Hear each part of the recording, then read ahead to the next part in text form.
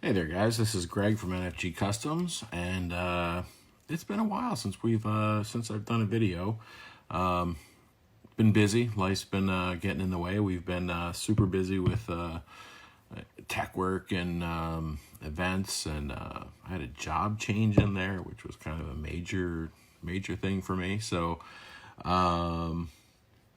yeah. So it's been a really hectic and crazy couple of months. But now that things are getting into the wintertime, I hope things should hopefully kind of slow down a little bit, and we'll be able to do more of these videos, hopefully. Anyway, so we got it's that time of year, right? So our sponsored players are finishing up their tours of duty quotes. So it's time to do annual maintenance, and the first one the first one in line for annual maintenance is Mr. John Romano. He's more commonly known as Uncle Sam. This guy is a beast. He plays he does like 40 scenario games a year. He plays MagFed, he plays Pump, he plays with Mechanical, and just a really great guy. And he's one of our sponsored players.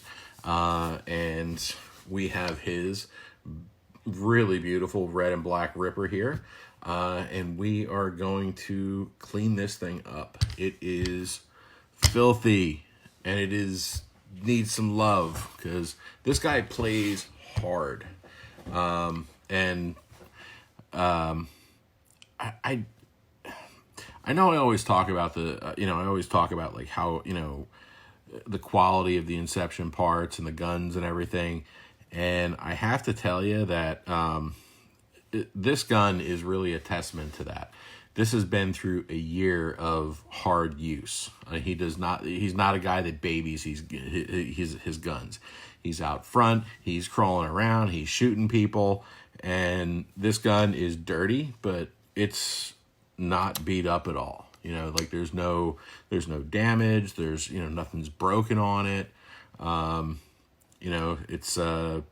It's definitely a gun that's been used heavily, but little wipe down and this thing's still going to look brand new. So that's really kind of a testament to the quality of these guns. So anyway, so what we're going to do here is we're going to strip this guy down. We're going to clean it. We're going to do all the necessary lubing and that kind of thing that needs to get done. And I figured you guys would like to maybe want to join. So enough talk. Let's get to it. All right. So here we are. We got our Ripper here. Let me move that a little bit. So yeah, this thing is filthy. This thing is definitely filthy. So let's begin. Let's break it down. One thing I did want to kind of talk about really quick was so I got this big old set of Bondus keys, the gold ones, and one of the things I found is some of these Allen keys aren't really quite the right size. They're a little off, specifically the 5/64th, the 3/32nd, and I think the .050, I think that one is a little off too, but I'm not 100% sure. And it's they seem like they're just a hair big. So there's some screws they won't go in.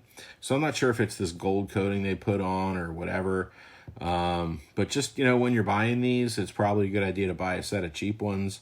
Because these are durable. These are great. I mean, I've been using this set here for over a year. I bought it last year from Simon at ICC because I somehow lost my Allen keys there. And it's in pretty good shape. The .050 is a little twisted up after 2 years of over a year of abuse. But then I bought another set. I got these ones. These are like the, they're not plated, like they're not plated with the gold. I forget what they are, but they're kind of like, they're still nicer ones. And the sizes on these are a little bit, they seem to be more accurate. So anyway, just word to the wise. If you want to try these out, try them out, but just be mindful that some of these seem a little bit big. So anyway, so first things first, let's kind of triage this guy a little bit. I literally just took it out of the case. I haven't done any pre-work to this, so this is how I got it. He probably ran it under the sink or something to clean the worst of it off.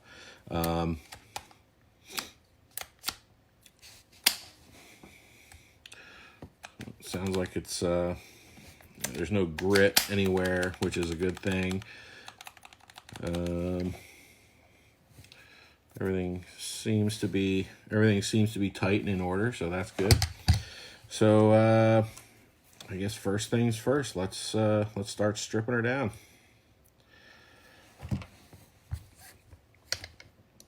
So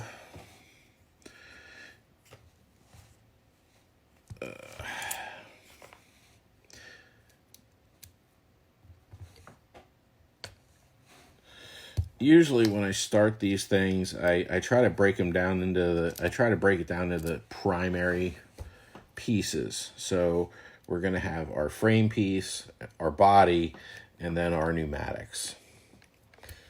And this guy here, so we're going to, this is going to take a nice bath in the ultrasonic bath too, just to make sure everything's nice and sparkling clean. And this is going to be essentially almost a full tear down and rebuild.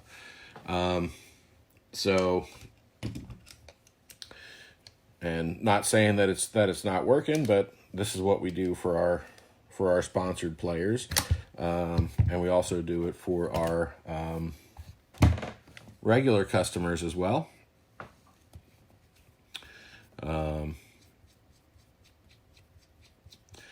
But it's definitely, there's definitely a lot going on here. So I'm just taking the reg apart here just to get this grip thing off. I really hate these things. What I really hate about them is they get like dirt under them, and if you play in like sand, they get sand in there, and then they just scratch everything, all the hell that's underneath of it. So I really don't like these things. I mean, look at all that dirt that's under that cover. All right, I guess I usually take the reg off too. So we made it that, so we'll do that. And if you look, this guy's stuck on there. This is pretty common. This happens a lot, which is one of the reasons why Simon put tool flats in here, which is awesome. So you take a big old 3/8, stick it in there and crack it. Much better than the version 1s where it was on there and you had to, honestly, when I get a version 1 in there and it's stuck in there, there's a lot of times I just leave the cap on there and I'll take the reg off here and I'll redo the reg rebuild and I'll test it with an extra cap that I have, just to save trying to get that off, because you can really screw that up. There's not a lot of the problem with this is there's not a tool flat there. It's really smooth and slick, so it is a little tricky to get off.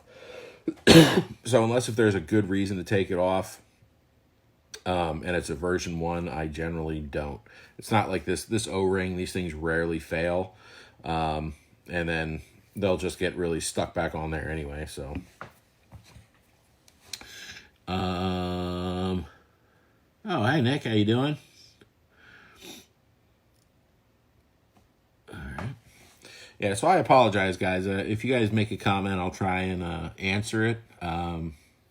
But it's kind of hard to see with I have the camera tilted down and all that stuff. I guess I could get my iPad and tune in that way and watch my own video, but that makes me feel self-conscious. So,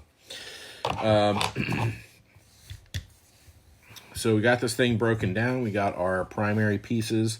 We have our HPR here. We have our frame here, and then we have our body here. Let's check out the pneumatics. So since this is going down, since this is going to be going down for a sonic bath, we're going to take all this stuff off. I'm going to take the front block off. Usually I don't bother putting these into the sonic bath unless there's a really good reason for it. You know, like maybe they're really filthy, or there's, you know, dirt or sand or whatever in there.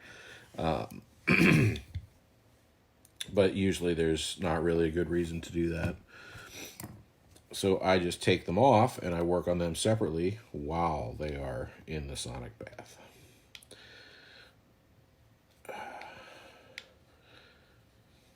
There we go. Cocking rod.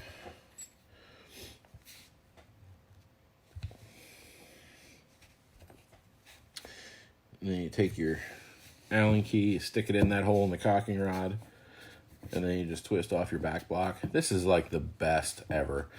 I was working on a gun the other day that didn't have this hole in the cocking rod, and this is just the best.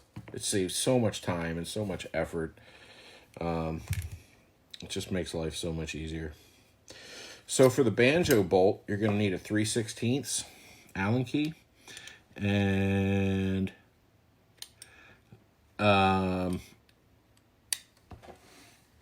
what you do, you get that in there.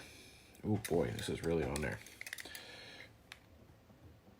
All right, we're gonna have to do it the L-shaped way, I guess.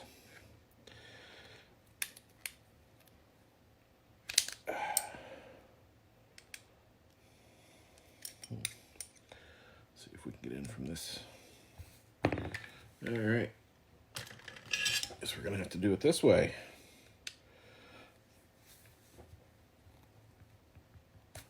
There we go. Oh man, that thing's really on there. Now, when you're doing this and you're taking this off, I usually hold it like this, and I push on the ASA as I unscrew the banjo bolt. That way, you know, it comes apart a little bit easier, and you're not, your banjo bolt isn't like coming up and hitting anything there. Or you don't have to worry about scratching anything. And then it comes off nice and clean. And if you look in here, there is definitely dirt. Yeah, there's definitely some grime in there. And this is inside the valve chamber. There's filth and dirt. So I actually might end up taking this whole thing down, and this might go into the sonic bath too. But I'll take the RAM apart and see what that looks like in the LPR, and we'll see. I mean, the 3-way didn't look too bad. So next thing we're going to do is we're going to take the detents out, and we will put in some shiny new detents. Actually, these actually look like they're brand new.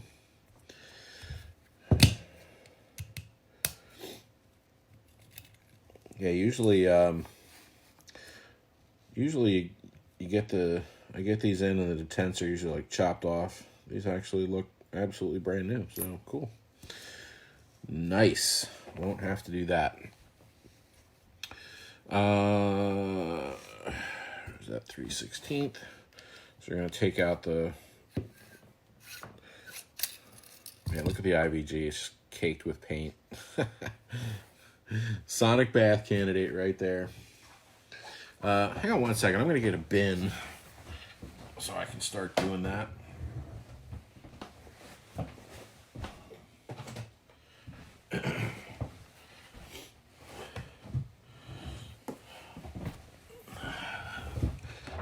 So one of the things I use a lot are these bins. I get them at Home Depot. They're pretty cheap. They're like $1 or $2 a piece.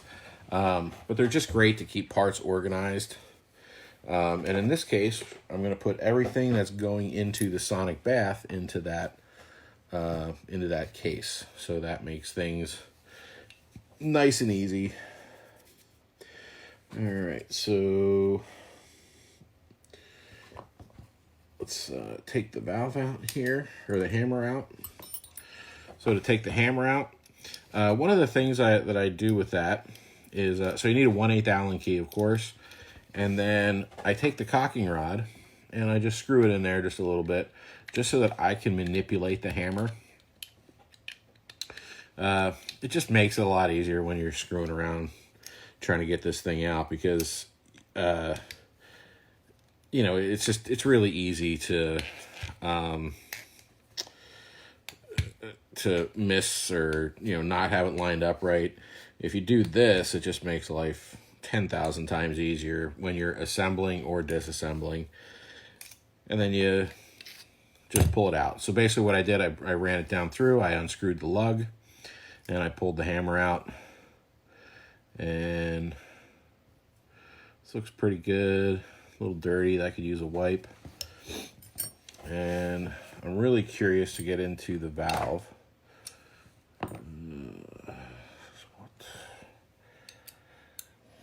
So the valve, to remove the valve, you're going to need to, you're going to use a 9/64. And you are just going to unscrew the retaining screw here.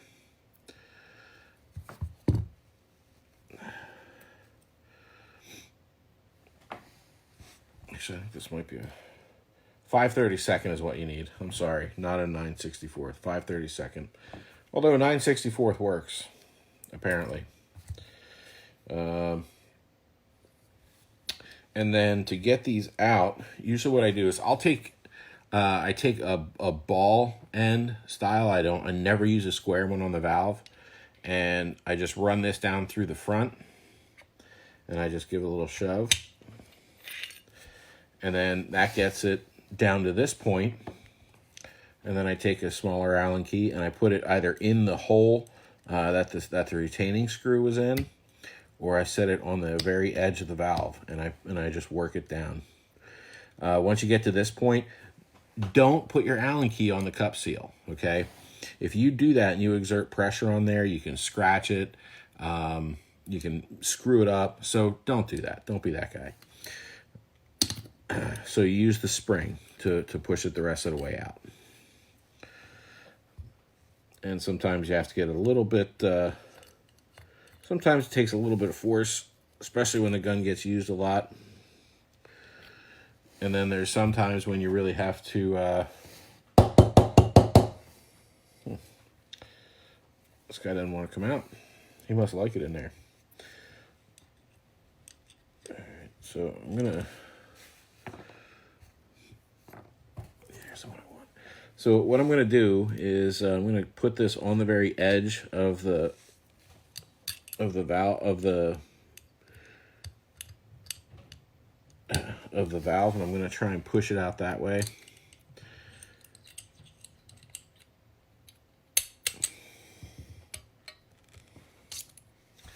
Man, this sucker's really in there. All right, let's try and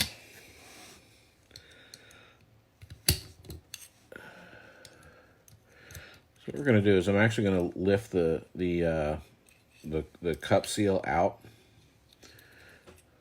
and I'm going to push that up, and then I'm going to try and push it out that way. There we go. Bingo. Oh, wow, and that thing has dirt all over it. And then there's our cup seal. Yeah, definitely needs some TLC here. Still looks pretty good. Doesn't look like it's beat up at all, surprisingly. Well, not surprisingly, actually. So that's that. The body, we're going to put this guy down for a little dip in the sonic cleaner. We're going to do the same thing with the ASA. This is one of the areas that really gets gunked up because guys take bad landings with them and everything else.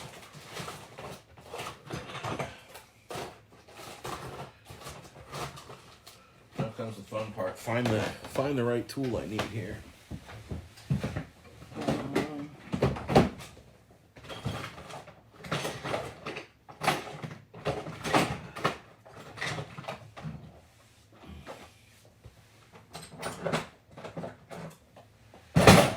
There we go. All right. So for this, so there's a bunch of things going on in the ASA, right? So we have the hood and the lock assembly. So what we're going to do, we're going to remove that. And is there not a pin in this? How in the hell is this staying on? Well, I guess he lost the pin.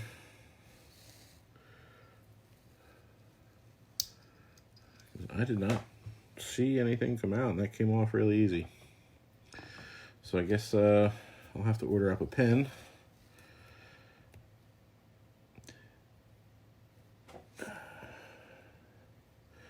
So we have the button, the spring, and then here's the hood. The hood we're going to put down into the bin. And there should be a bar that goes across here. And it's not here.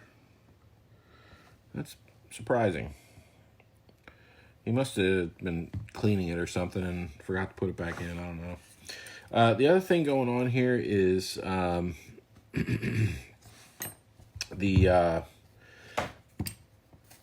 ASA. It has the macro fitting. So you're going to use a 5/32 Allen key, and you're going to stick it in there. There's Allen flats in there. Just take that out.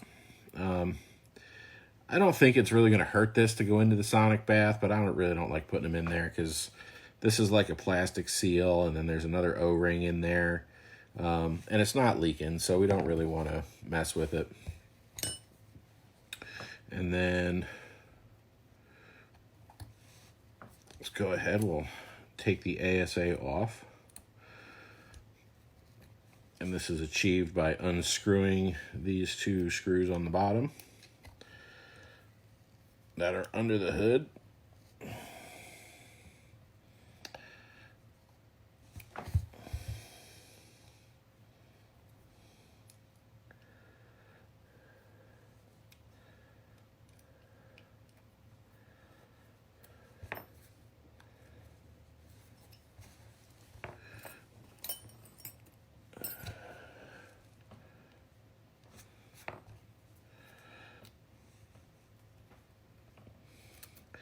Might as well take these grips off too, because they're going to,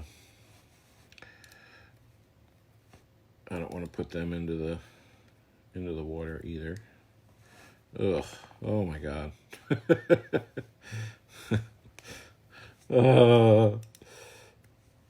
All this dirt. But that's okay. I might chuck these grips into the sonic cleaner just with water in it, with no cleaner or anything in there. Just, there's a lot of crap in there. It'd be nice to clean these up and have them nice looking for them. Because these are the really nice Virtue grips. I've always liked these. These are so cool. So we'll put these in there. And then there's also these screws in here that also hold on the ASA. Some guys use them, some guys don't. I usually put one in, and I tighten one down, and then I'll screw the other one in, but not all the way, just because it does make it a little difficult to. Makes it that much harder to take the ASA off if you have to, and especially now that I get a lot of customers who are getting the hinge frames with the intent of swapping back and forth between this and the slider. So that's one of the reasons why I use these two are my primary secure. I use these primarily to secure, and then I'll use one of these just to just to lock it down just in case, because there is that groove in the top. So if something were to happen, like say the macro came loose or broke or something, and kind of a perfect storm situation, and this thing was going to shoot back, it would at least catch that screw in that groove and hopefully save somebody from being hurt. So to remove the star piece in there, you're going to be using a 3/8 nut driver.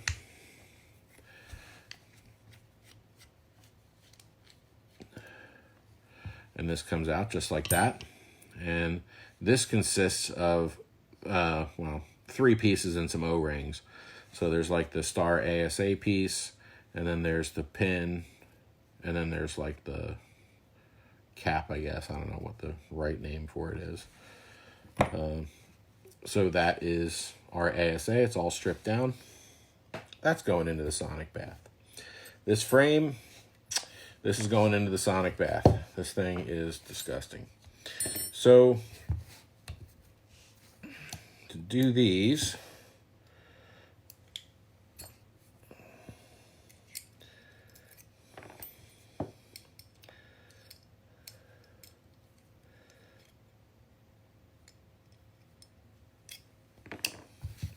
what I do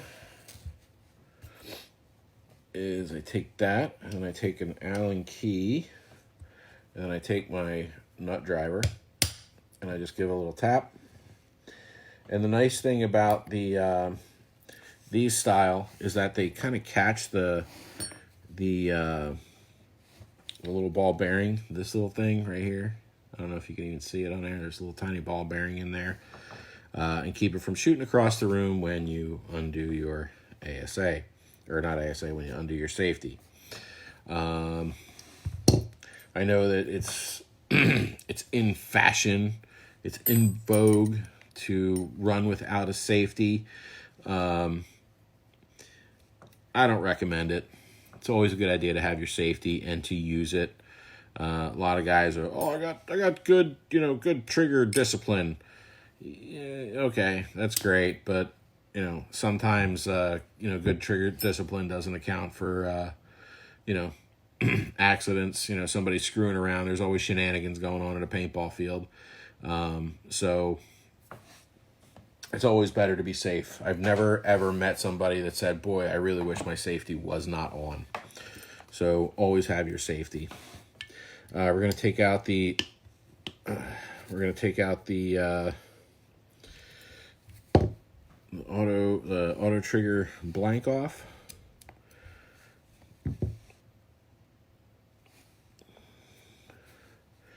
And then let's take apart the frame. Oh my God, there's so much sand in these screws, it's not even funny.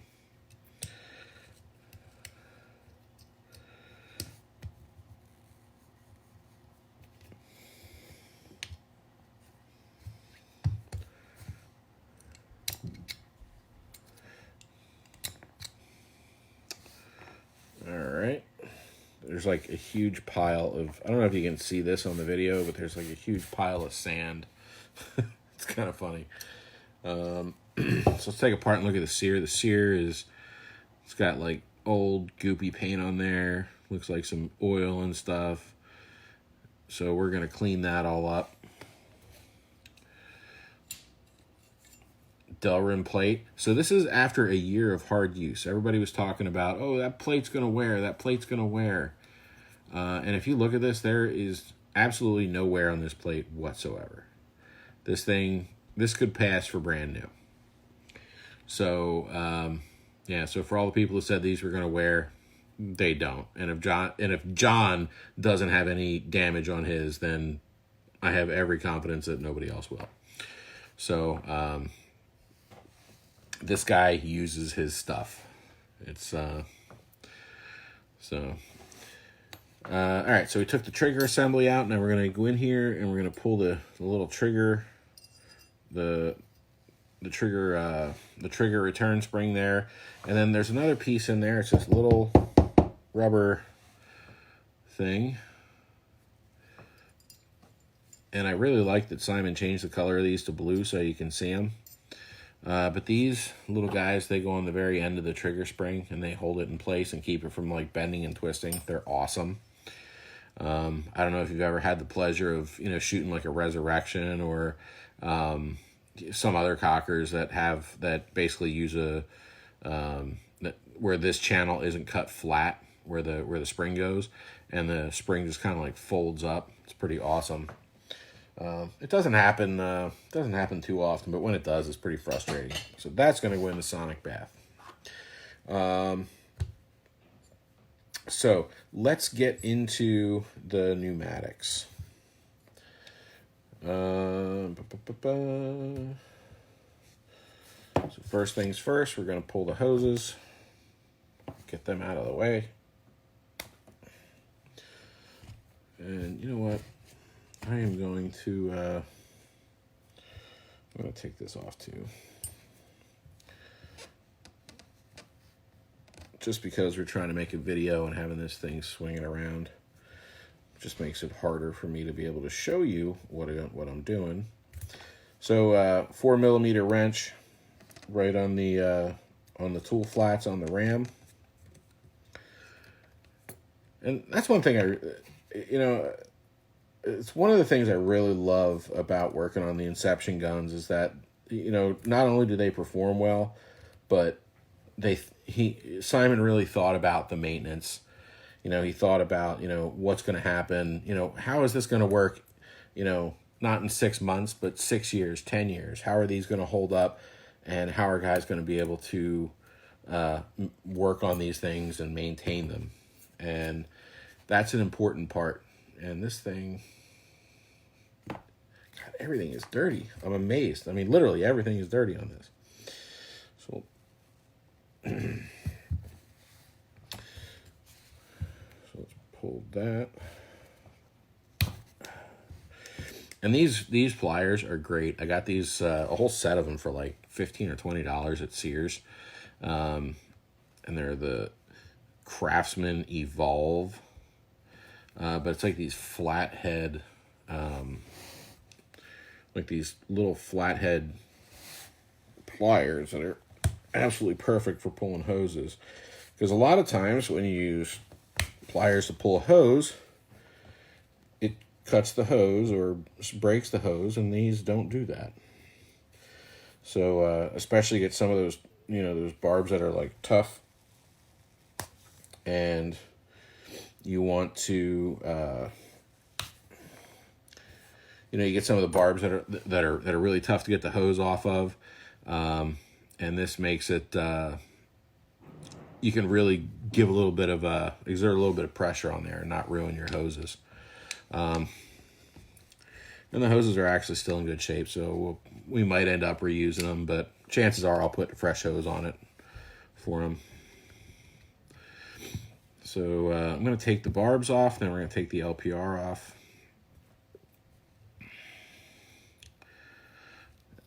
And then we'll begin servicing the pneumatics. And we'll take our ram off, because I think I am going to put this thing in the Sonic Bath. This thing is disgusting. There's like paint caked in everywhere. So we'll go ahead and do that. I mean, look at all that gunk. This is impressive. It's almost impressive how dirty this is. So we'll go ahead, we'll put that in the bin. We're going to save that O-ring. We'll put the banjo bolt in there too. And if you guys want to give me 2 seconds, I just want to go make sure that the Sonic cleaner is turned on and warmed up, and I will be right back. So stay tuned.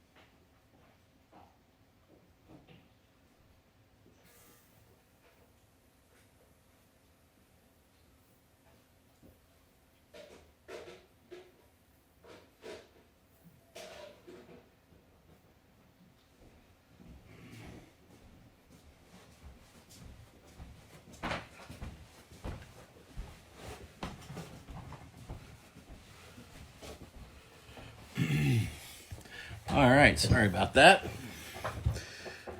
I just wanted to make sure that it was good to go. I usually like to set it up and let it run a little bit. Make sure the water's hot and everything. Well, warm. You don't want it like super hot. So, I guess probably the right thing to do next is let's go ahead and we'll tear into the pneumatics. And then in about 5 minutes, I'll go put these parts into the sonic cleaner. That won't take long. And you guys want to see the ultrasonic cleaner, or you guys have an understanding of how that works? 291, 291, 291. This is how you keep it going, 291, 291, 291. So, yeah, so for those of you who are not aware of that joke, Josh showed up to ICC. So Josh Silverman, he showed up to ICC, and he's also one of our sponsored players. And he didn't have anything. Like, he had the clothes on his back and I think a camera.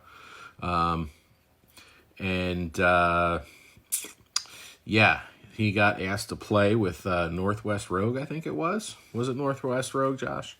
And he didn't have anything, so he had to kind of get all this stuff together. So I let him use my my Ripper, the green one, good old Ripper number 2 right here. And he went out and killed a bunch of people with it.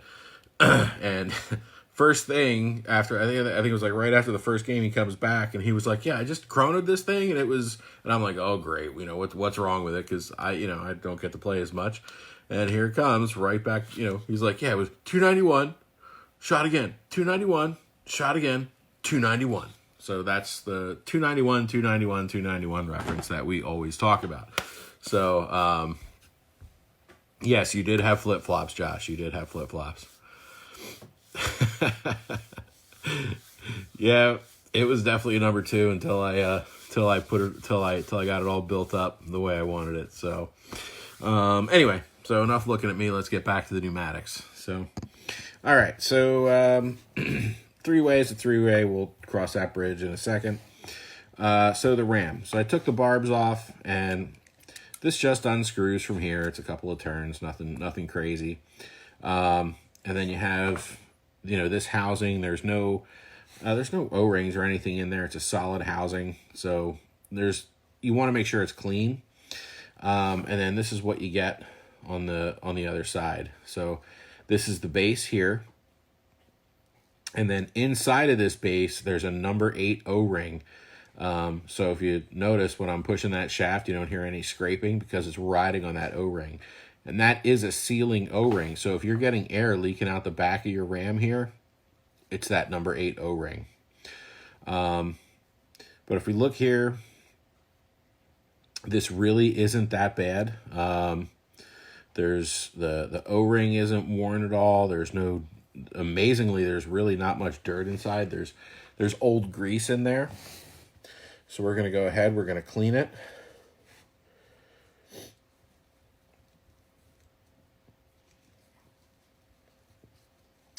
And for those of you guys who oh, well, why isn't he replacing all the O-rings? Well, we're not going to do a full rebuild. So O-rings are going to last about 5 years before they start breaking down. But usually, unless if you have a specific problem, there's really not a need to change an O-ring if it's less than 4 years old. This gun is a little over a year old. The O-rings still look great. So there's really no, and it's not like he sent it in to get repairs that something was leaking. So there's no real reason to do that. So what we're going to do is we're going to lube everything up now on the ram. We're going to clean that up a little bit nicer.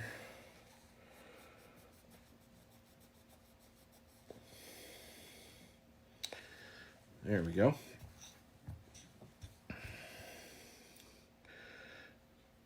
And I'm just going to put a little bit of Dow 33 on the end of a Q-tip. And I'm going to put this in here just to lube that O-ring. And it's really hard to see because the O-rings are, the way this is designed is that it's kind of tucked in there. It's tucked into the body, so you can't really see it. So we're going to put some lube on there, and then we're going to try and clean out the rest of that gunk. So yeah, see how much gunk is, just like dirt and what have you is in there. Oh, look at that. That's a bonus.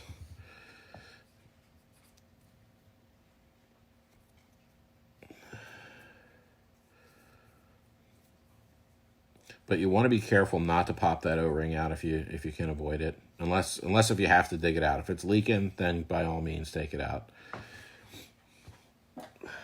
Won't be getting another use out of that one.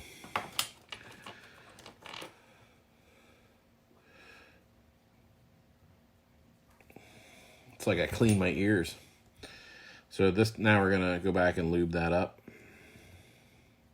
I can't believe how much filth was in there. That's I'm not even mad. In fact, I'm impressed. And then we're going to put our plunger back in. Now that has a little bit of lube on it. And you do have to do this gingerly because you don't want to inadvertently cut that O-ring. If you're getting resistance, just give it a little wiggle.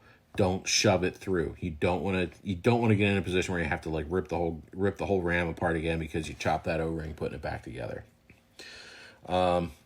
And then you want to take a little bit of Dow 33. You want to coat that O-ring, or the plunger rather. And the other thing that you want to look at here is make sure you check these on top. And I should have done this actually. I'll wipe it off and show you. So there's bumpers on the end of here, and they look like that. You want to check these, make sure that they're not cracked or split or missing.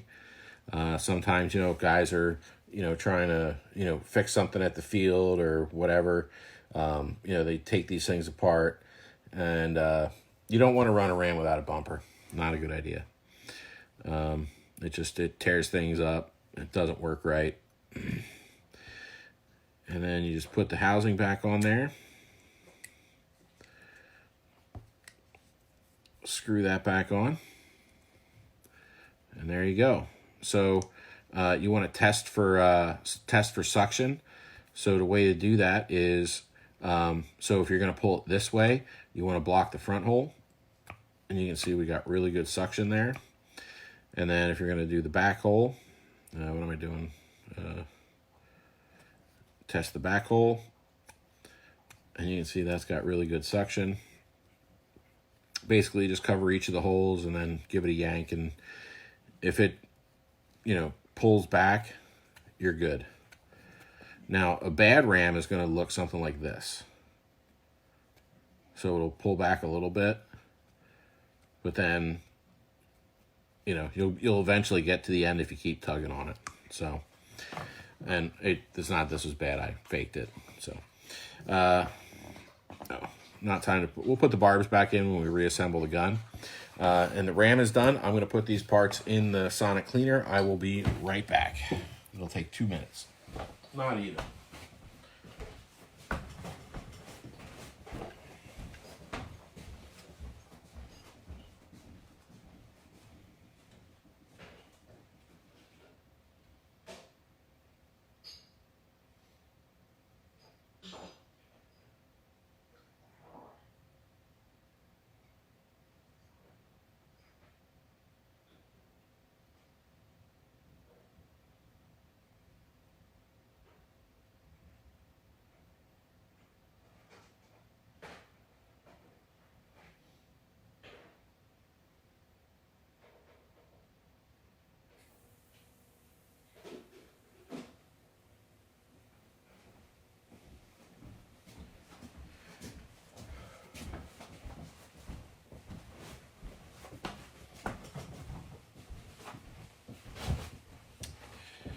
All right, all the parts are down and cooking, and we can continue working on pneumatics. So here we have our three-way right here. For the three-way, there's a couple things that I usually do. First thing, you want to clean it with a Q-tip, make sure that there's not any crud in there. And surprisingly, there's crud in there. I mean, this gun looks amazing considering, I mean, this is literally used every weekend for pretty much the entirety of 2019. I did a little tune-up. He bought it, when did he get it? I think he got it like February. And we did a little tune-up in June at Ion, and it has been working ever since. So working hard ever since, I may add. And then I usually I run a pick down into the ports here, into the barbs, just to make sure that there's, you can get crud in there and dirt. That just makes sure that they're not plugged. And then I'll run a Q-tip through that again. And by and large, that looks pretty clean. Looks to be in good shape. I'm going to clean the threads out here. There's a little bit of gunk in there. That's that.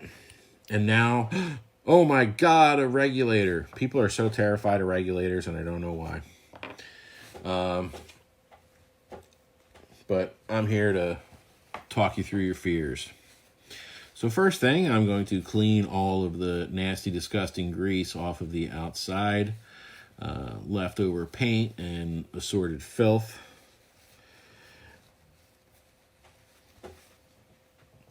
And, man, not a scratch on it. Nice. So anyway, let's get to it. So we're going to unscrew the cap here. And then inside there is this little washer looking thing. You want that. Don't lose it. It's important. And then there's a spring. Boing. Set that to the side. And then there's the plunger. Now, a lot of guys, they dig in there with pliers or whatever. Just take a caulking rod, run it into the plunger, and ever so gently wiggle it out. And this thing is filthy. Look at all that. That is a year's worth of crap from air systems. Look at that. That's like almost impressive. And this thing is dry, very dry. So we're going to clean that up. We're going to grab our handy dandy 3/8 nut driver. And inside, what's in there? What does that look like? Real similar to an ASA. So we're going to stick that in there. And we're going to pull that out. And then behind there, there's an assembly. So there's something behind that. There's a spring and a pin. And then like another little plunger. And this is also absolutely filthy. So all this stuff needs to get serviced. Inside of there, there's a spring, which we're going to dig out. And this is also equally dirty.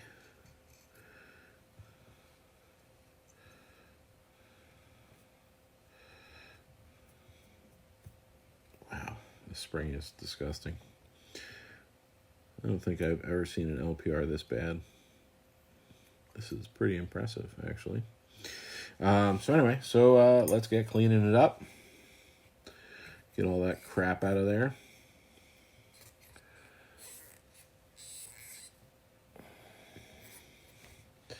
And if you get some really tough gunk on there, one of the things I do, this is just PB Blast, or you can use WD-40. I just spray a little tiny bit of it into the cap.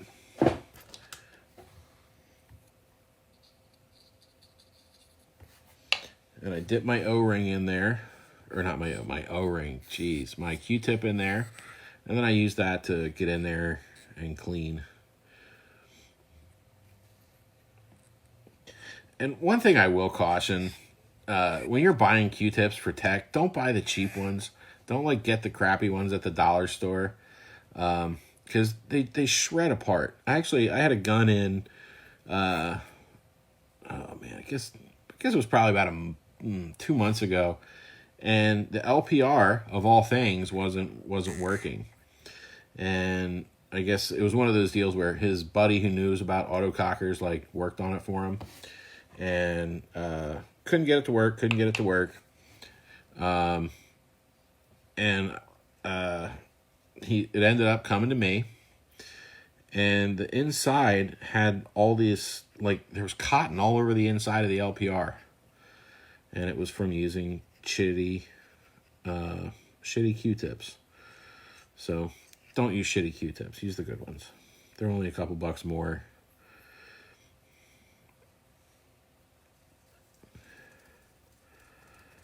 Man, this thing is really dirty.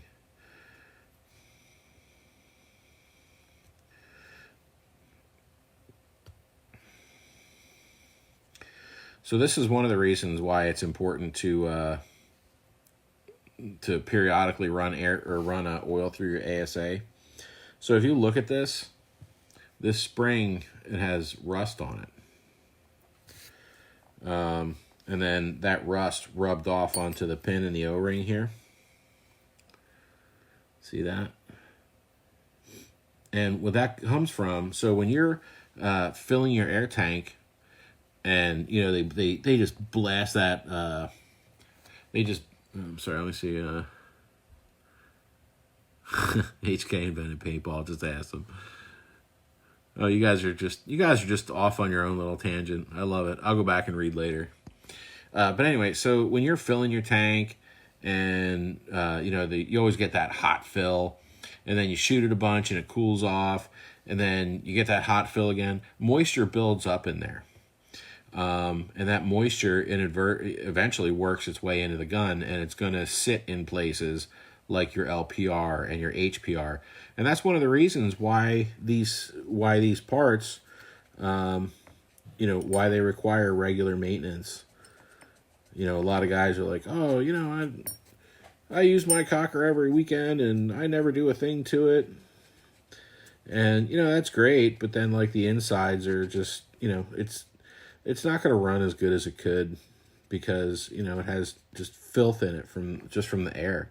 And then you get some guys, some of the guys who do air, or some of the fields, they don't really do a great job. Maybe they don't change the filters or do regular maintenance on there. And then you end up with just nasty crud inside the air system that works its way into your tank, which ultimately works its way into your gun. And I've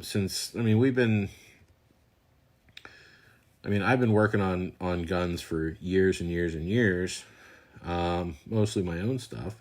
But then since we started doing NFG and doing it professionally, I guess is the right term, you see a lot more cases of, I see stuff from all over the country, and, you can just kind of see, it's like, oh, well, yeah, this guy plays at a field where the guy doesn't maintain his air tank, because, like, you'll pull this apart, there'll be, like, sand and just grease and all kinds of other nastiness all over it, and it really kind of sucks. But, yeah, so you can see there's corrosion on there, and that's all from just basically condensation in the air tank. And John plays a lot, so it's definitely a case of that heating up and cooling off and all the moisture from the air fills, and it just sits in there.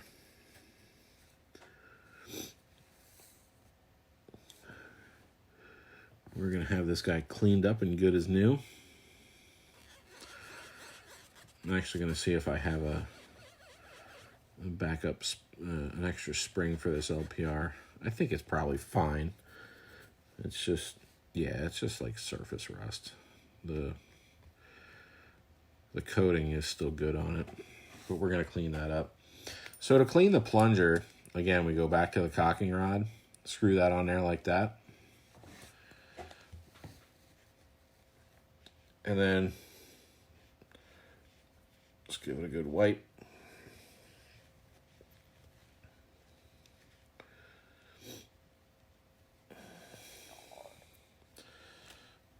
that. Good as new. And when you have this thing apart, you definitely want to inspect the O-rings. Make sure that there's no pieces missing out of them. You know, that the wear, you know, that they're not wearing uneven or anything like that need to be changed. These look, again, they look perfect. So we're not really going to have to replace that O-ring. And then once we get it all together, I'm sure we'll have a leak somewhere. But, you know, I think these are all in really good shape. So, all right. This thing. Cleaning springs is not my favorite thing to do.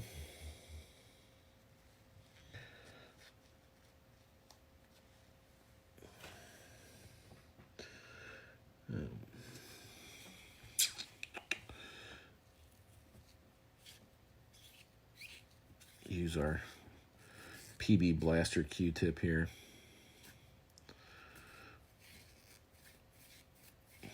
Yeah, the spring's still in good shape. It's not, the spring itself isn't corroded. It was just like superficial. So I think we're good.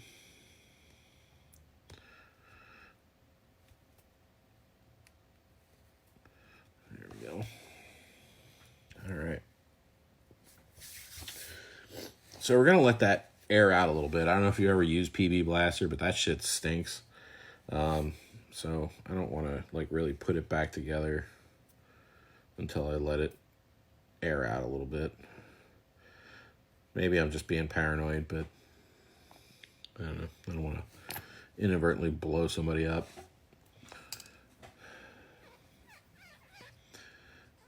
Actually, I am definitely being paranoid. There would be no reason why that would happen, but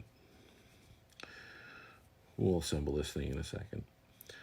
So right now I'm just kind of cleaning the cap here, making sure that the inside of that's all clean and clear. And one of the things I did notice is that Simon actually added tool flats in this hole on the end of the LPR knob. So that's really nice. I don't know if you've ever, you know, gotten this thing and it's been, you can't get it off or you can't get it tight, and that's, it's actually kind of nice that that's there so you can get this off easier. I wish I would have known that. I would have shown it off. Which, as much as I look at this stuff, it's crazy the little things I find when I'm doing stuff like this. You know, it's like I pump through, you know, like at ICC, we worked on over 100 guns. I think it was like 130, 140 guns we worked on there. And you just miss, you miss all this little stuff when you're doing that kind of volume. So, and there's the man of the hour, John Romano. Yeah, we're cleaning it up. We've dug most of the mud out. All right, so that's our thing there. We're going to put that right back in the cap. Three-way is clean. LPR is clean. So we have the three-way shaft. So this looks pretty good. The O-rings look good. Just a little dirty. I mean, internally, the worst part of this was the LPR, and that's going to be one of the things that really that's going to take a lot of the brunt, because that's the first stop. So it goes air tank, ASA to HPR right into the LPR, and then the LPR is what supplies the three-way. But that's where the air, it sits in there, and that's it gets regulated down in the HPR, and then it gets regulated down again in the LPR, and it gets regulated down quite a bit in the LPR. So I guess that that regulation is probably gonna, maybe that brings more of the moisture out of the air as it expands and cools down and all that kind of stuff. But I don't know, something we're gonna have to look into and figure out. So anyway, so let's talk about HPRs. Who's excited about HPRs? I know a lot of guys are deathly afraid of these things for no good reason at all. There's not a whole lot to them, But guys, they're like, oh, my regulator needs servicing. I'm scared of it. And you really don't need to be. There's really not. Regulators are actually pretty simple to maintain. They're simple machines. So first things first, we're gonna take the adjustment screw out. So let's back that off. And just bear with me for 1 second. I'm going to go check the cleaner.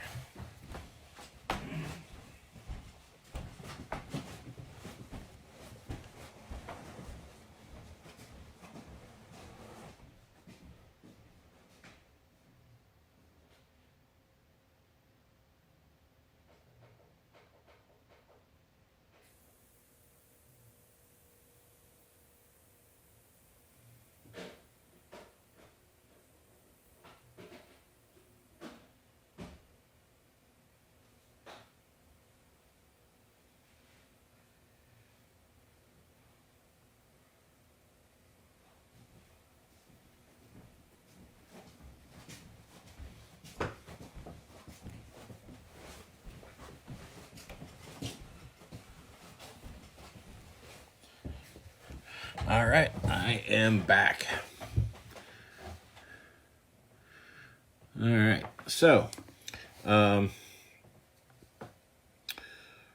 we removed our adjustment screw, and it's right here. And then inside here, there's a couple of things going on, right? So we're gonna tap that out, and I want you to pay attention as soon as I get the other part out here of what this looks like. Oh wait, I know what the problem is. That top hat doesn't come out until I take the plunger out. So we're going to take the plunger out, and it's easier to take this out and take the plunger out, and take this brass piece out and then take the plunger out than it is to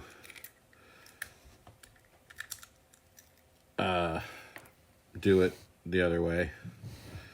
All right, we still have one of our things in there. Okay, so here's our other top hat. And then we have another.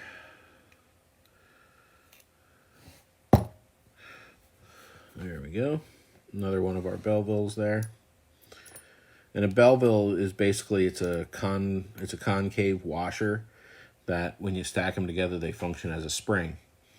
So the old days, you would get a spring pack, and then you'd have to change out the springs and do all this stuff to make it work and make it work the way you wanted.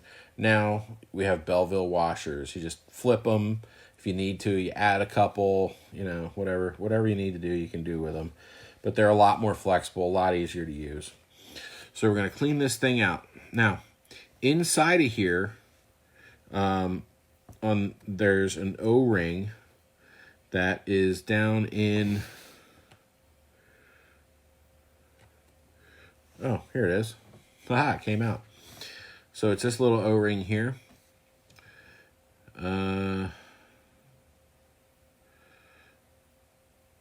This actually looks surprisingly good.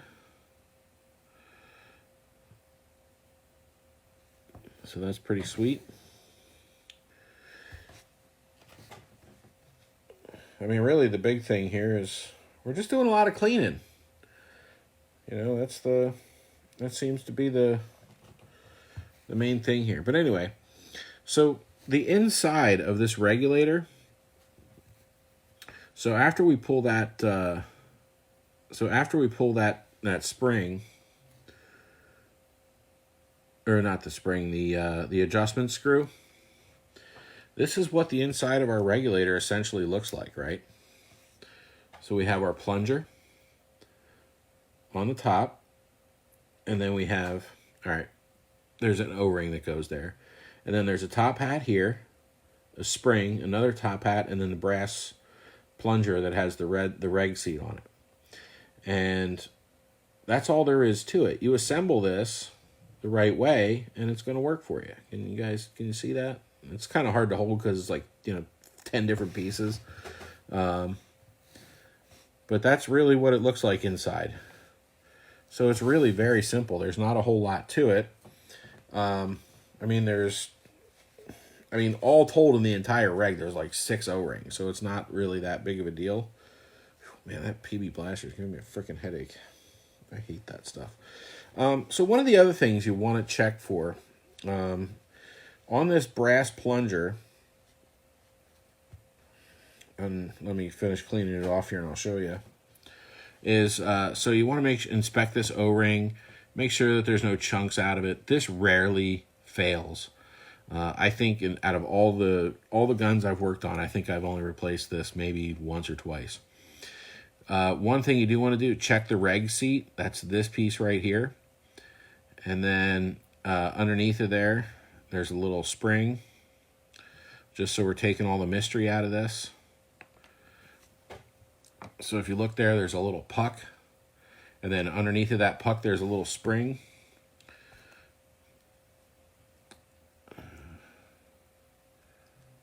And we'll just do it this way.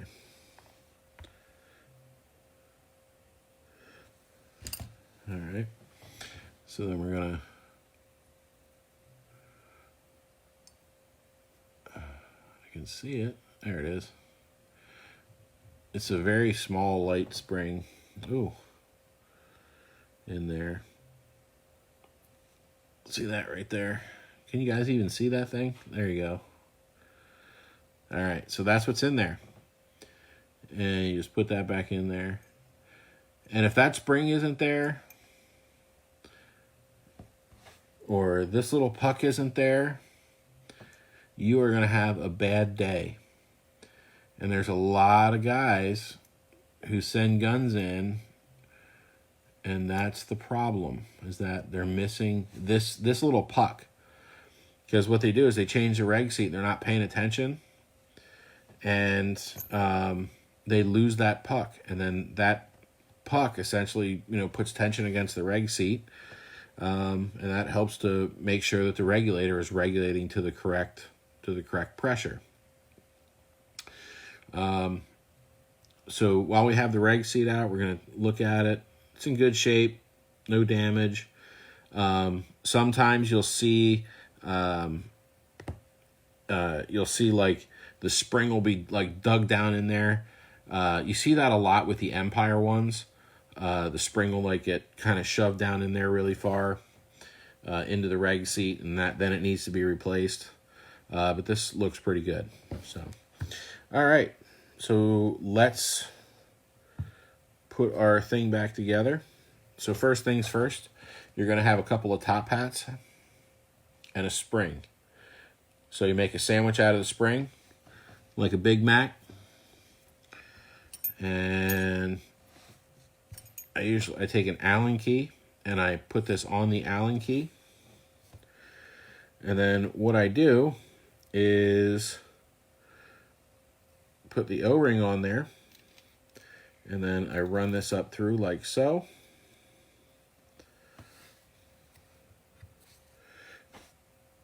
And then I just take another Allen key and I tap it down, because I want that O-ring to seat correctly in there. But since we lined it up, it should be good.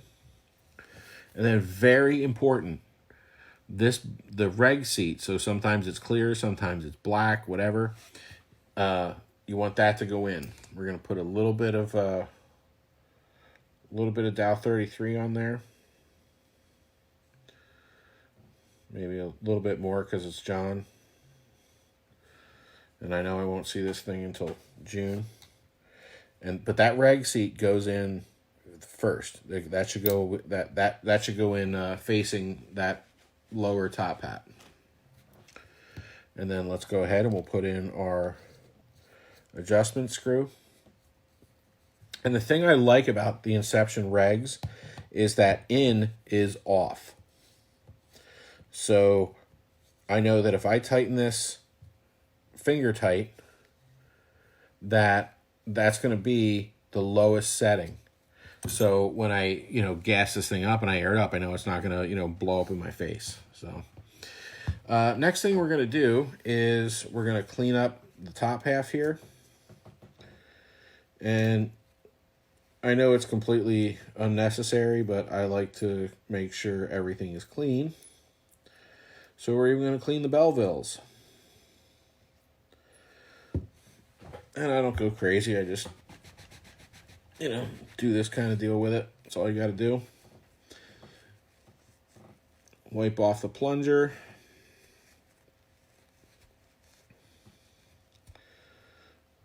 There we go. And then we're going to inspect that O-ring. And I mean, these look brand new. I mean, I don't think there's any issues here with them. There's no chops or anything in them. They look great. And then we're going to put together our spring stack. So when you're putting together Belvilles, right? It's like you're stacking hamburgers. So you have the top of the bun and you have the bottom of the bun. And you want to make a little, like a flying saucer out of it. See that? And then you put your first flying saucer on the thing. Make your second flying saucer, put it on there. Third flying saucer, put it on there. Fourth flying saucer, put it on there. And then you got this one kind of hanging out. And then you just put him opposite of the others. So when you look at it, you made a spring. See how there's gaps in there?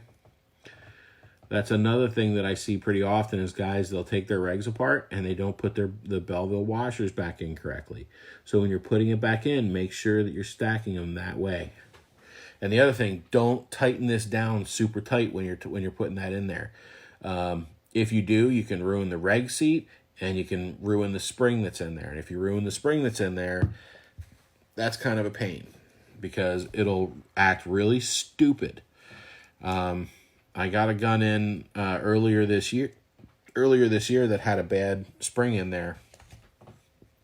And that was like the hardest thing to diagnose because it makes it seem like it's other things. Like the velocity is inconsistent, but then when you put the pressure on it, and you're testing the reg pressure, it doesn't always seem like it's the reg. Like the reg will look like it's consistent. The only time it really manifests is when you're, shooting and cycling paint. It's the weirdest thing. But if you bend that spring, or if your reg seat goes, you're going to see really weird velocity stuff. Usually, like if the reg seat goes, you won't be able to get it to. You won't be able to get it. Usually on these, it goes high. So you can't get your velocity down. So, all right, so we're going to just run that plunger up and down, make sure everything is running smooth. Feels great. And let's put our reg cap back on. Let's take a look at these body O-rings here. This thing is equally filthy. Just so you know, John, if you're still here, I hate this. There's so much crud underneath of that thing. It's disgusting. Let's clean these O-rings in here. These O-rings, basically the check for these is you put the whole thing together and see if they leak.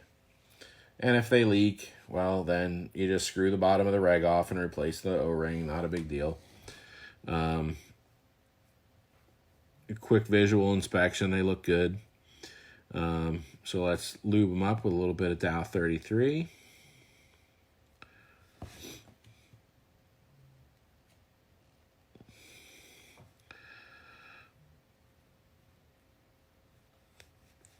There we go. Stick that on there. And we'll clean this cap off. And then I believe our parts are done, so I can pull them out and let them dry for a few minutes. And then we can probably start putting this thing back together again.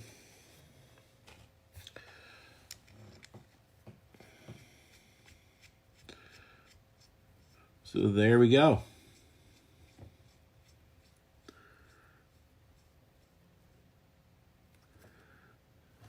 There we go.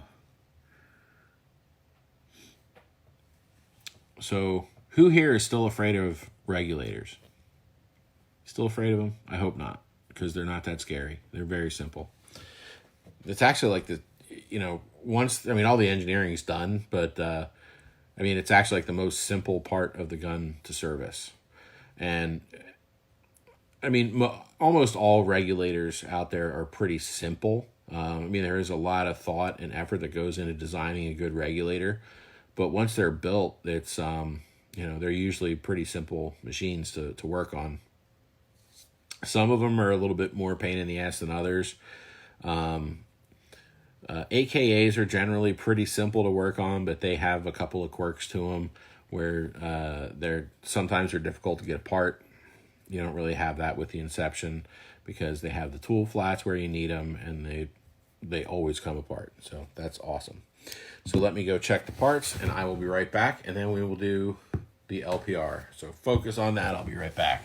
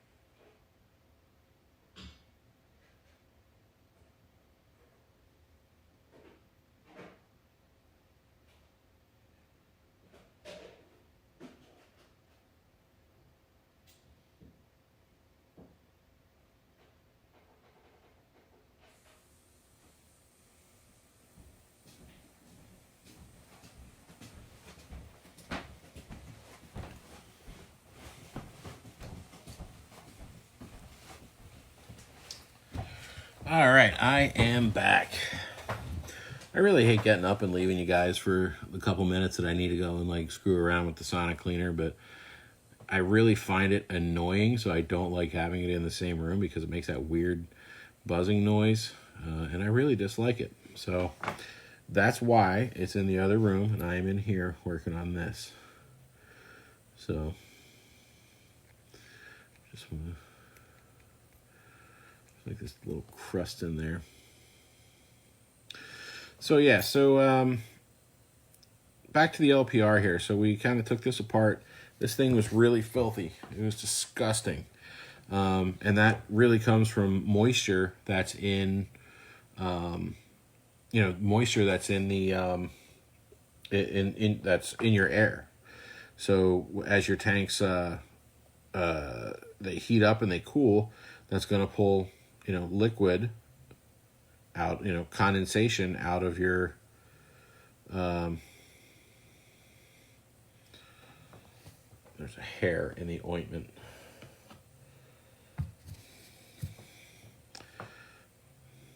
I'm going to blame the cats. And because of this, I'm going to actually put a little bit of, and that's one of the reasons why it's really important to run the oil through your gun every so often.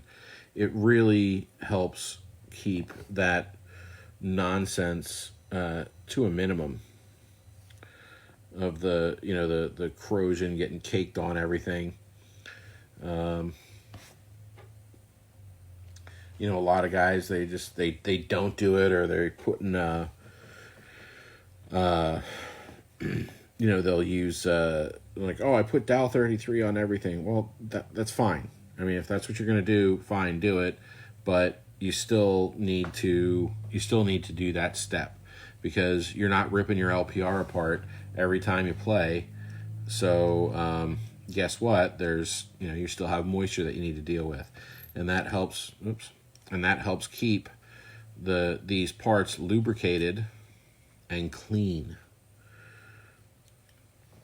It's much easier to clean up something that's, like oily dirty than it is something that's dried and caked on and probably, damaging and stealing away years of life from your parts. So what we did there, we put the pin in there, and that's, I'm sorry I didn't explain it. I will take it out and I will show you exactly what I did. I got on my my soapbox there. So essentially what we have here, so we have our spring, and then we have that pin that we talked about earlier that's lubed up, and then we have that star face, just like what we see in the ASA, or similar to what we see in the ASA. So we put that star face on there, or you put the pin in the star face, the spring on the pin, and make sure you lube these up. A little bit of Dow 33, that's all you need to do. And then you just guide that in there. There's a hole, and you just screw it in there with your 3/8 socket, and that's it, or nut driver in my case. So that's the tough part of the LPR. Now comes the easy part. So this thing was equally filthy, and yeah, I just sniffed it. But this thing was equally filthy, but we cleaned it up. A little bit of PB Blaster helped get all the nastiness off of there. And so what we're going to do, we are going to screw that on the end of a cocking rod, and then we are going to do this.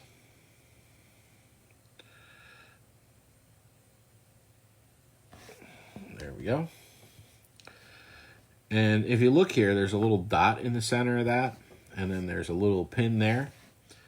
So they line up, so you want to make sure you put your plunger in straight, and that's how you tell that it's in straight.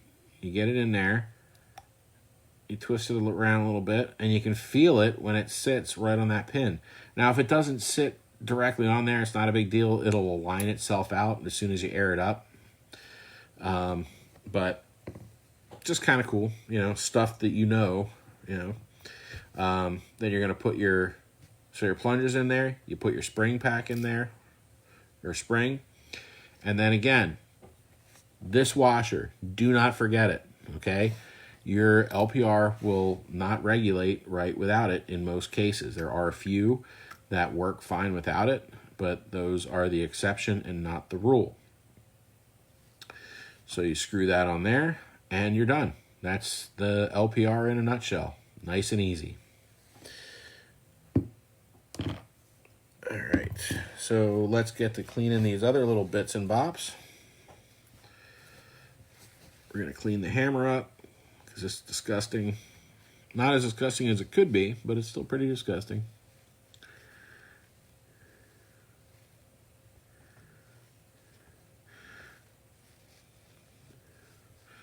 Now, actually, Matt, John is filthy. Yeah, he's a filthy man. But his guns are actually, considering the amount of use, I expected this to be a lot worse than what it is. So it's really not that bad.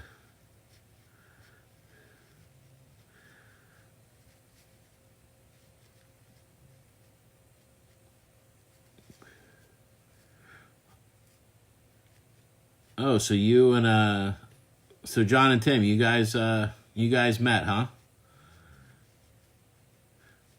Tim with the purple and John with the red. That purple one you got is freaking gorgeous. Matt had a purple Ripper for like a day, and then he swapped it out for something else.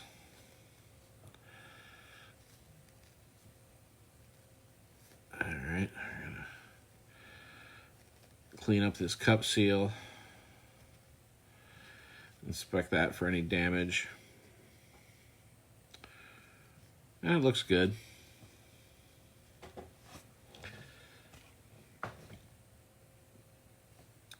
So valve's in good shape. So since we're waiting on the, right now the frame is in the ultrasonic cleaner. I need to get a bigger one. I have a smaller one that I got at Harbor Freight that works like really, really well. Which really, it amazes me every time I buy something there. I don't know why, because every time I get something there, it's usually pretty good and I love it. But yeah, it always seems to like amaze me. But yeah, it works really, really good. It's, I want to get a polisher too. One of those ones that you put the beads in and then you can put parts in it and polish the parts. Because I think I can think of a few things that polishing would be good. All right, so let's go ahead and dig the parts out of the, I'm going to go get the frame and the parts that are drying, and I will be right back. So sit tight.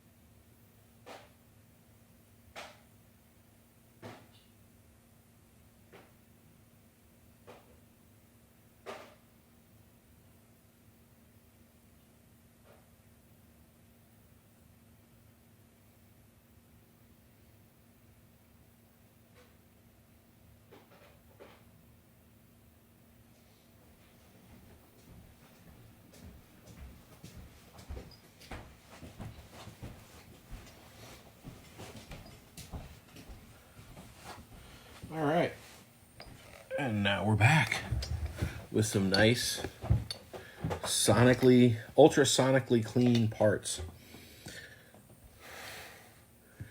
So these are a little damp, but I think we're gonna be all right.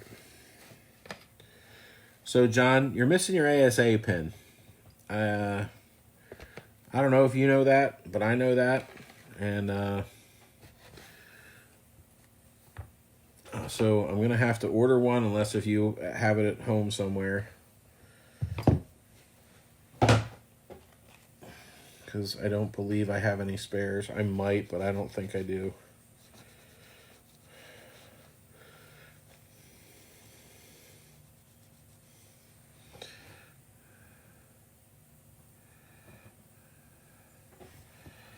All right. So we're just going to give these a quick wipe. You guys should see the water in the cleaner. It looks like pea soup. It's pretty gross. I might take a picture of it, or maybe I'll put it in a saucepan and reduce it and make like a demi-glace, and I'll send that along to John when I ship the gun back. I think that might be pretty cool. So I'm gonna let the inside of the body dry out just a little bit more. While we do some other things. So first thing that we're going to work on is let's go ahead and put the frame back together. All right. So first things first, we need our trigger return spring. And we need our stopper. This is part number 1, part numero uno. And we're going to drop that in place. And then what we're going to do is we're going to take an Allen key and we're going to reach in there and we're going to pull that spring back Nope. I do this 10,000 times a day. Why is this one giving me problems? There we go. We're going to take our plate, put the plate in there.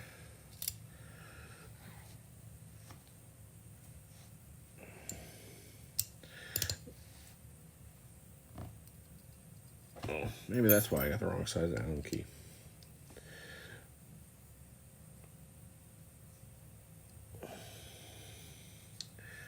And we'll put our other shoulder screw in there.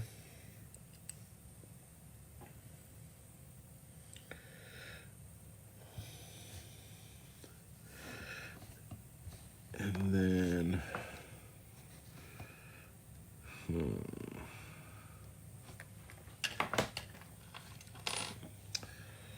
so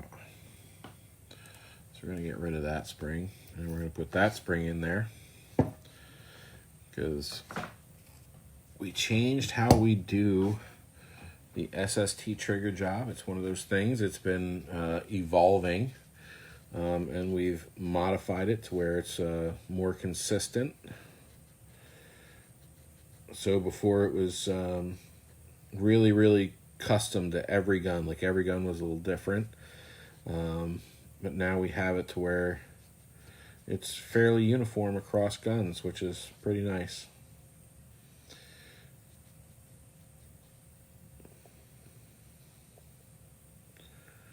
Well, it just amazes me, John, how much you use this gun and just how great it looks. Like it's perfect. It's in almost perfect condition, except for the dirt. Like all the parts, all the O-rings, everything. And I know you really shoot this gun a lot. So we'll tighten that down there.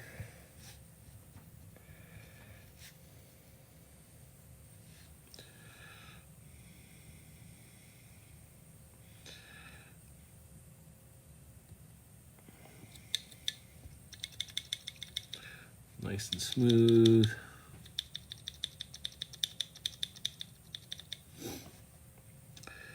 All right. Next part is the safety.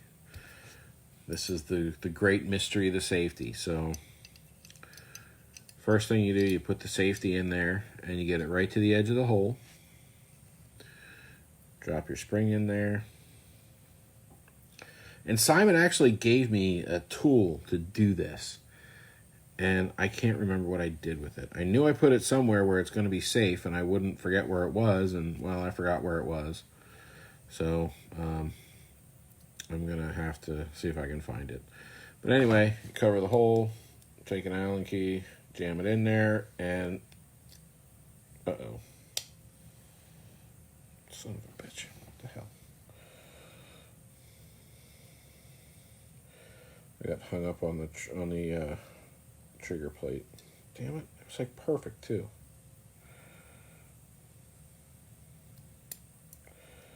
Now the alignment's all fucked up.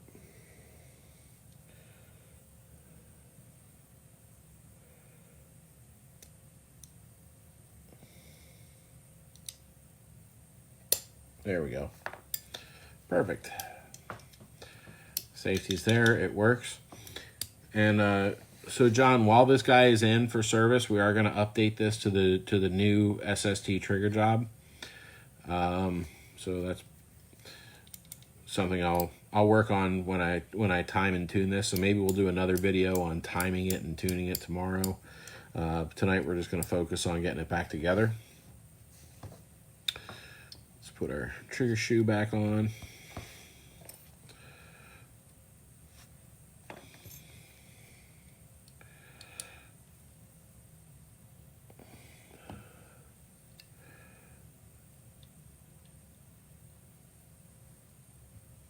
There we go.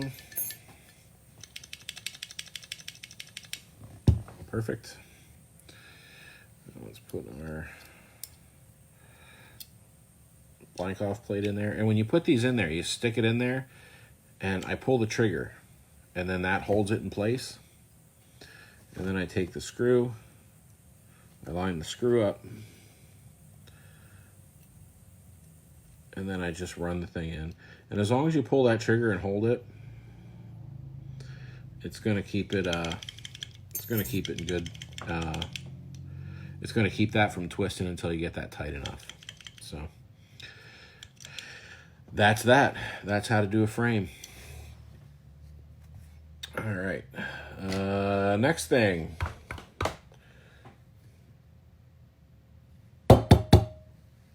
And body's pretty dry. All right. Let's get to the body.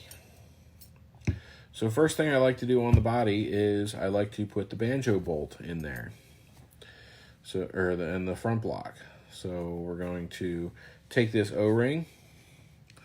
It's a number, it's a 113 or 013, whichever the fat one is. I can't remember. If you give me a second, I'll look.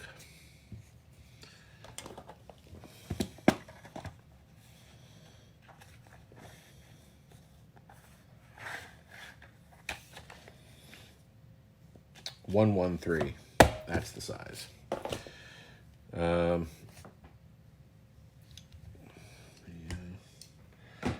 put that in the bin for now. We're in the home stretch. We're at reassembly. Then we take our banjo bolt, line it up with the threads.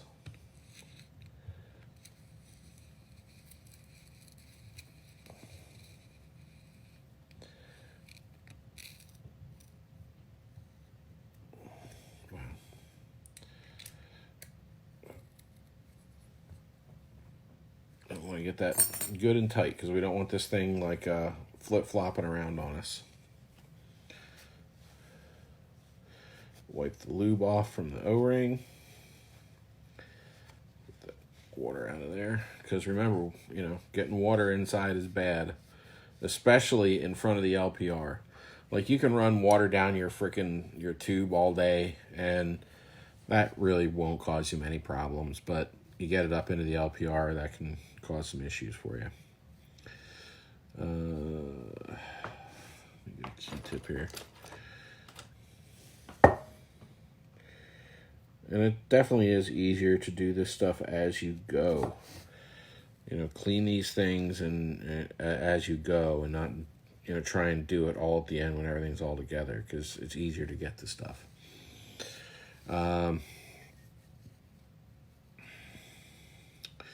So we got that. Got our front block on. Let's go ahead and do our valve. Let me get my handy dandy valve tool.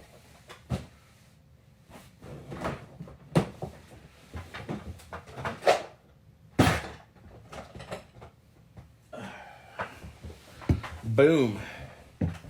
Right there. Top secret valve tool right here. Piece of PEX. So we prepped our valve, we lubed it up. The other thing that we want to do on this retainer screw, we want to put a little bit of VC3. And some guys are like, oh, you don't need anything. And then other guys are like, oh, you got to put blue Loctite on there. Don't use any of that shit. Use VC3 because it's vibration resistant. What that means is that over time, the Loctite will break down from the vibration. VC3 will not.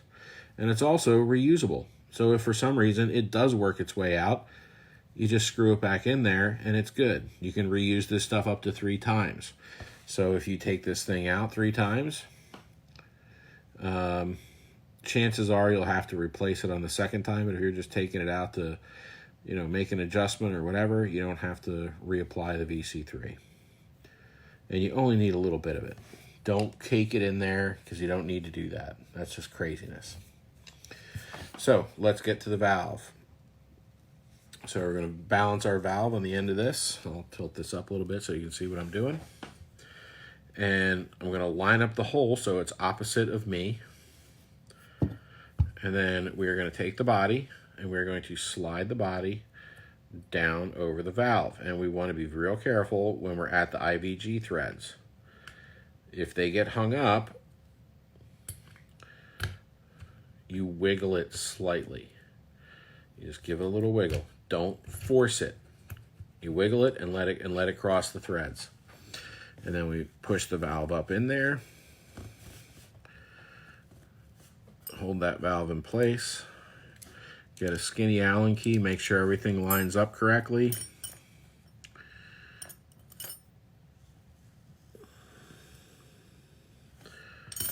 This is the one I want.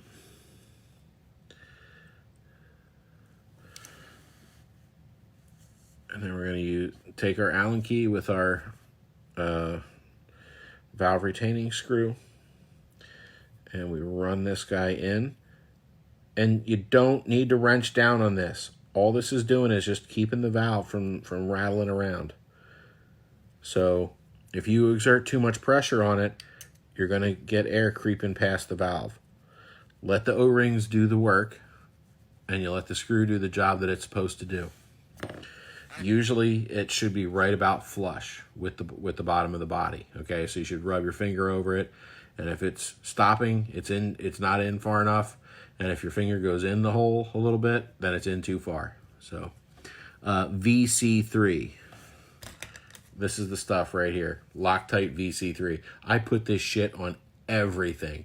I use it on my RV. I use it on my grill. I use it on my paintball guns. I use it on my stove. I brush my teeth with it. I use it on hemorrhoids. This stuff is the best.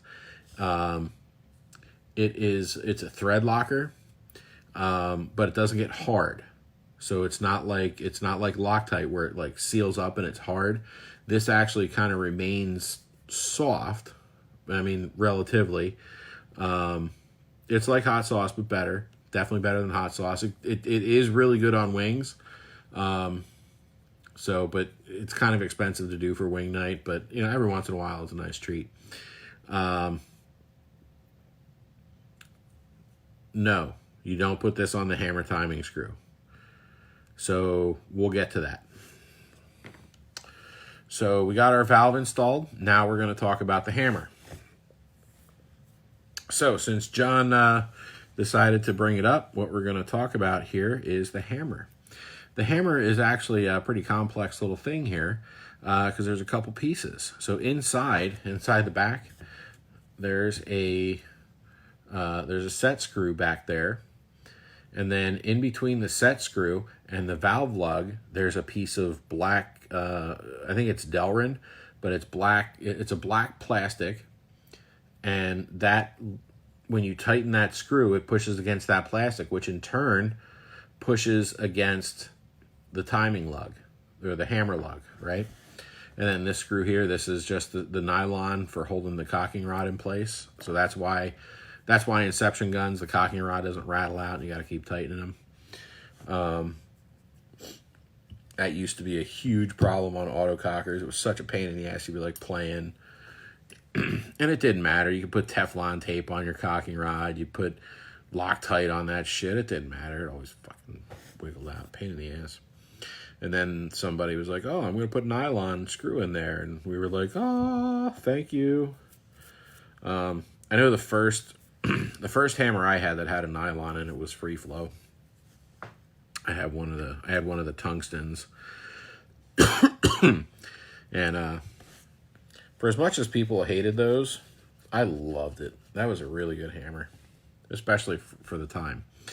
So anyway, so let's take a look down here. So we're going to put our hammer in. So we're going to put it in there, and we want to make sure that the hammer lug lines up with the slot, which in turn lines the top. That's not the right. One. There it is. That's the only thing about when I'm doing these bigger jobs on these guns. You get all the Allen keys out, and it's hard keeping them straight. So we're going to use our cocking rod to manipulate the position of the hammer, so we can get this in the hole, in the hole of the cocking lug. And then we want to get this. So the stock settings are about 3.5 turns from flush. So that's 3.5. So now we have our hammer installed. We'll put our hammer spring in there. Let's get our IVG, which is still filthy. 15 minutes in the sonic cleaner, this thing's still filthy. Damn it, John. You filthy, filthy man. So we'll put our IVG in there.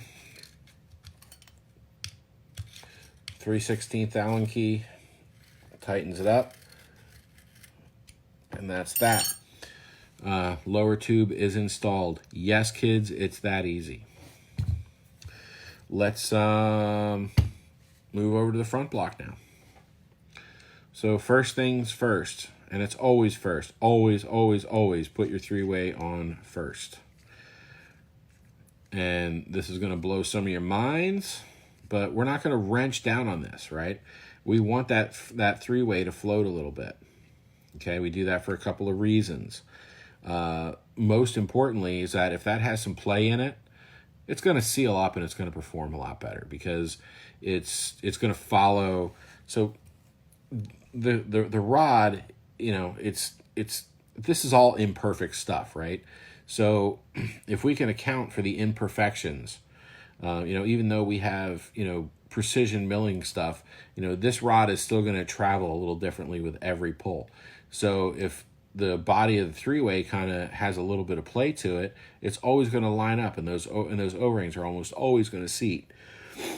So what that means is you're going to get much more even wear on your O-rings. You're not going to have like the front one wear out and then the back one. You know, they're all going to kind of wear together. So that's a good thing. So you don't want to wrench that down really, really tight. Next thing, we want to put I guess we should put our ram back together with our pump arm.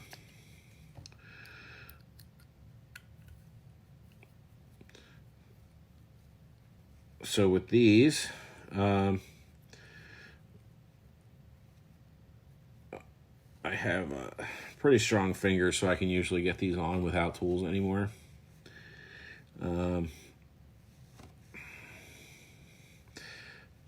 But tools definitely help. All right, I got most of the way. That's still pretty good. Let me get my 4mm screw or 4mm wrench, and we are going to tighten that down. And with the Inception guns, tighten it down all the way. That's how it should look. This isn't, you know, an old school thing where the ram threads are all different lengths. All this stuff is consistent. Everything is thought out so that everything is, you know, seamless and looks right.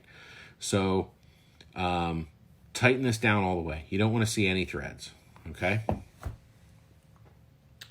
Then we take our ram, thread it through the hole in the back block for it. And the ram, same principle. We don't want this thing wrenched down. You want this to float. So you want to have a little bit of play. So you see how that is? That's how you want it.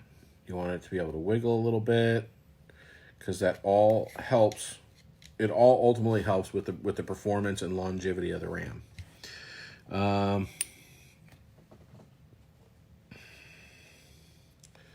me clean up the back block. I guess I probably should have thrown that in the cleaner, but I didn't. So the back block has a set screw. So we're going to back that off. One turn. We're going to get our trusty VC3. We're going to put that on the cocking rod, or on the pump arm.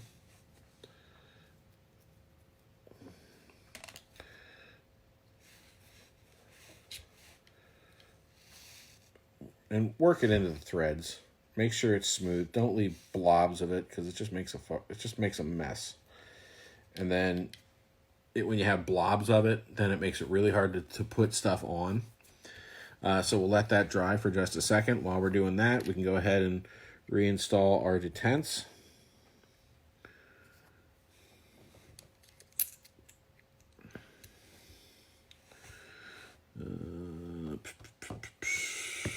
Where are the screws?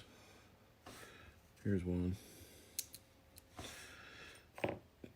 I lose these things constantly, and I don't know why. It's just the detent screws. But I buy them in bulk, so it's cool. If I lose it, I have 10,000 more somewhere in the screw box. Because when you're a cocker tech, you have a screw box. And our screw box was pretty awesome until Ion 2 years ago. When somebody was working our booth, accidentally spilled all of the screws. And yeah, I mean, they offered to sit and like sort them out and put them back, but I'm not gonna do that. That's I'm not gonna make somebody sit and do that. That's such a waste of time. I can just dig through them as I need them. All right, so let's set our back block. We're gonna take an Allen key, stick it in the hole, and then we're going to thread our back block. So here is the bonus question. Who here can tell me what the setting for a back block is? What are we looking for? What do we want? Want a 1/4 inch gap in between the back block and the back of the gun?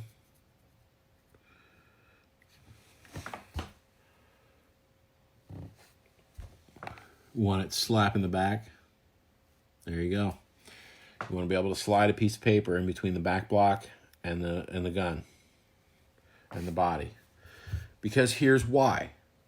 So this ram, this is going to exert force, okay?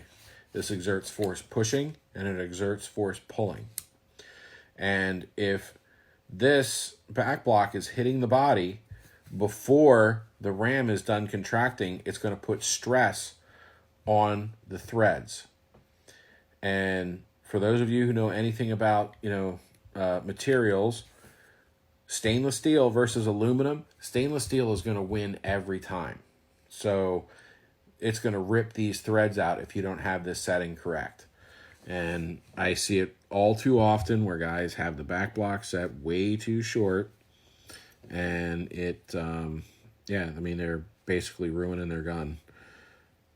Then we're going to tighten down that set screw in the back, which also has VC3 on it. So since it's reusable, I don't have to do anything to it. There's still plenty of tension in that screw. I don't have to worry about it. So we got our ram installed. We're going to put our HPR on. Or not HPR, or LPR. We're going to put that on. And let's go ahead and we'll run our cocking rod in there.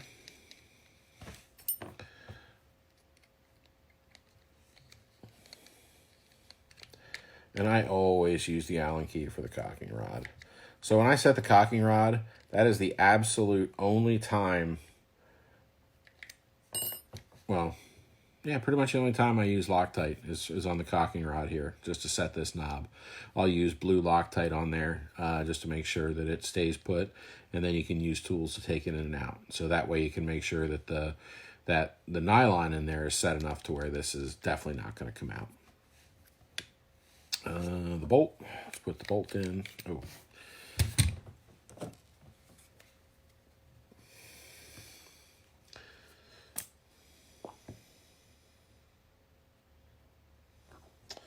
All right. So now for the bolt, I'm going to use just on the O-rings. I'm going to use a little bit of Caesar's Slick, or Ultra Slick it's called. And this is, it's basically Dow 33, and then it has a petroleum lubricant in it. So it makes things thicker, but you don't want it all over the Delrin. So get it on the O-rings. If you get any on the Delrin, wipe it off.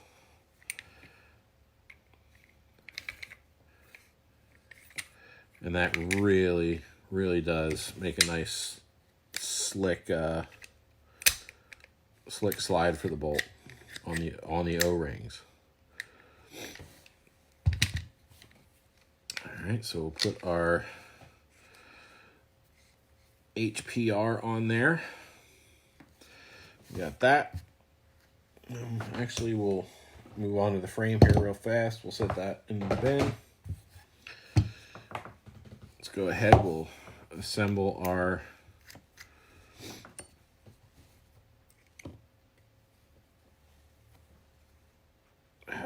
ASA as much as we can. John, did I tell you that you're missing this pin? Do you have this pin, Mr. John Romano?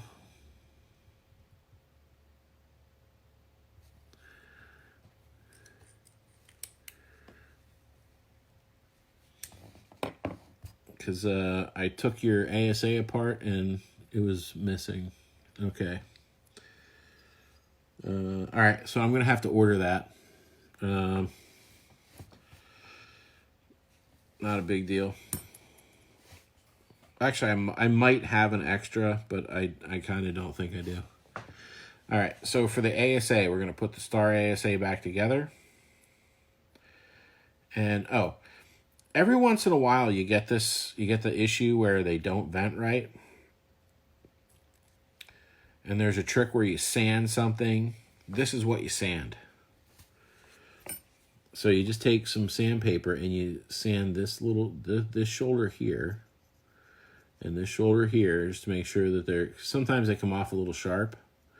You just give them a quick, basically just take the sandpaper, wrap it around there and just spin it a couple of times. And then, it'll be good to go. So you put that in there. Put the pin inside of that O-ring. And I don't worry about putting Dow or any of that nonsense on here. Not that it's nonsense, but I don't put that on the ASA for a few reasons. Mostly because I'm going to run oil through here. And if I'm doing it often, then I shouldn't have to, I really shouldn't have to worry about it if I'm doing it as often as I should.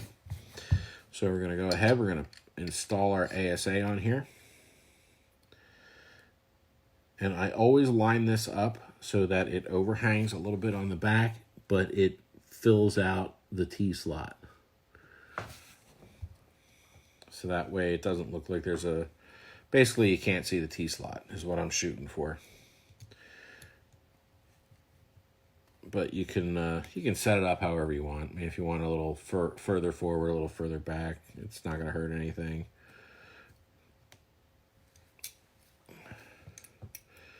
And then once you get that first one tightened, it makes it nice and easy. And let's tighten the internal ones.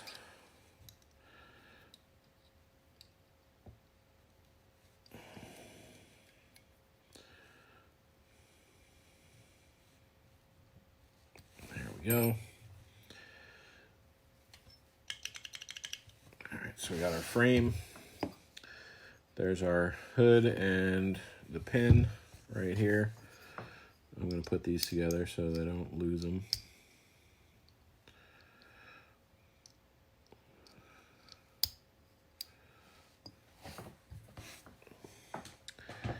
And then let's go ahead and we will mount this guy to the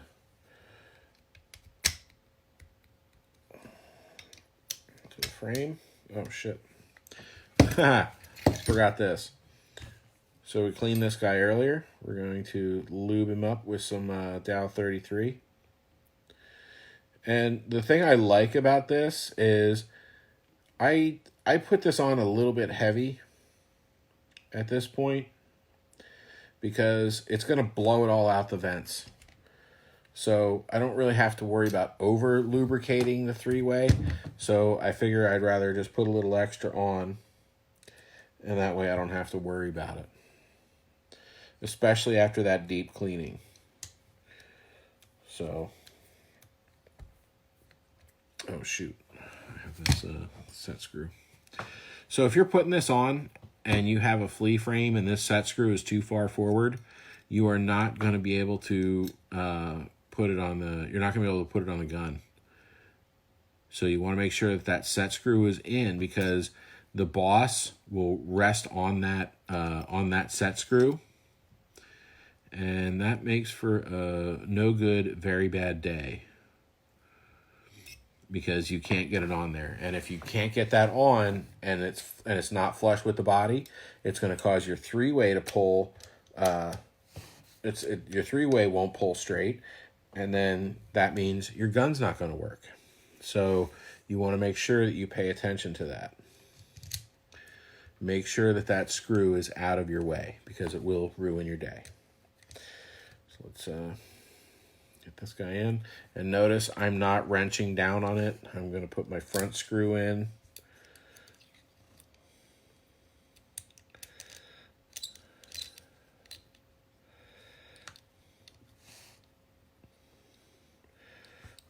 And definitely take note. You see me, I'm using it the long way. And I know I say that in every one of my videos, but you get these guys and they think it's like, oh, I got to put this in this way and I got to wrench on this thing and tighten it down so it never moves again. You don't need to do that. You tighten it so that it's tight enough and that it's not going to come out. And if you're worried about if you're worried about that coming out, put some VC3 on it. Don't strip your threads out. That's how you end up stripping out the threads, is by over tightening. Wow, that feels like butter now. Wow, that feels great. All right. Well, I guess it would help. I guess it would make it much easier to put the hoses on if we put the barbs back on. So we're going to use our 1/8,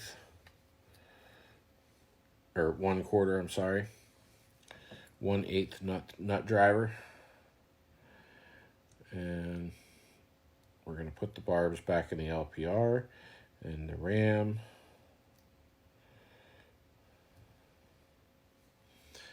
I don't know why I always struggle with the LPR barb. Every time. It always takes me like 2 or 3 tries to get it. I don't know why. I guess it's probably because it's at a weird angle. And then we're going to put our... my gimbal's going to die. So if shit goes all screwy before I get these hoses on, you know what happened. So let's go ahead. We'll put our hoses on. These seem to be in really good shape, so we'll just reuse them.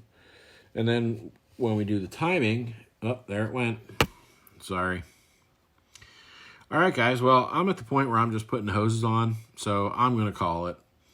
We're going to do another video. I don't know if it'll be tomorrow. It might be Friday.